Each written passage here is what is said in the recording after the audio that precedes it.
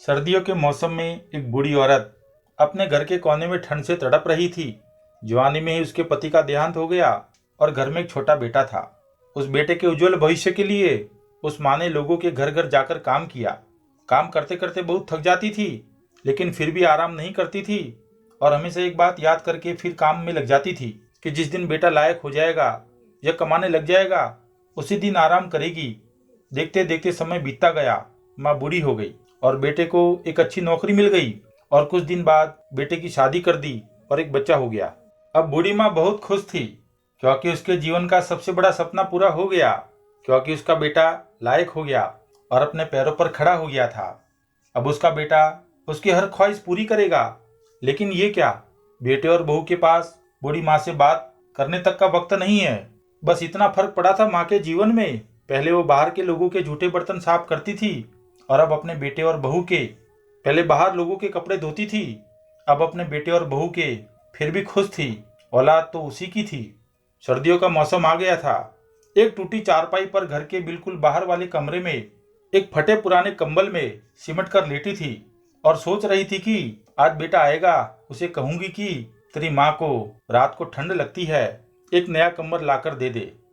शाम को बेटा जब घर आया तो माँ ने अपने बेटे से बोला, बेटा ठंड बहुत है, मुझे बहुत ठंड लगती है और बात ठंड की नहीं है, मैं बूढ़ी हो गई हूँ, शरीर में जान नहीं है, फटे हुए कंबल में ठंड रुकती नहीं है, एक कंबल लाकर दे दे।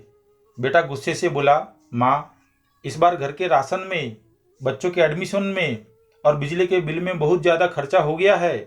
कुछ पैसे है जो कि बच्चे का स्वेटर लाना है, तेरी बहू को शॉल लेके आना है।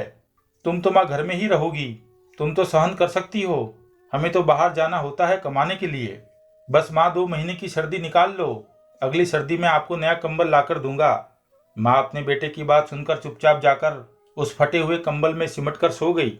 अगली सुबह हुई तो माँ इस दुनिया में नहीं थी। माँ की ठंड के कारण मृत्यु हो चुकी थी। बेटे ने सभी को खबर की, कहा कि माँ इस दुनिया में नहीं रही है।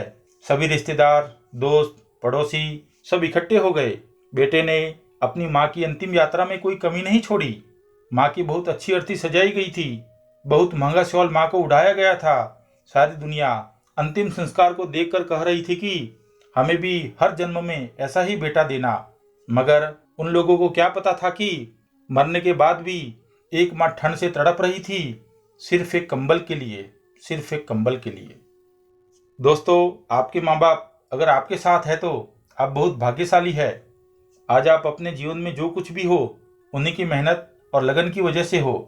जीते जी अपने माता पिता की सेवा करना ही आपका पहला कर्तव्य है।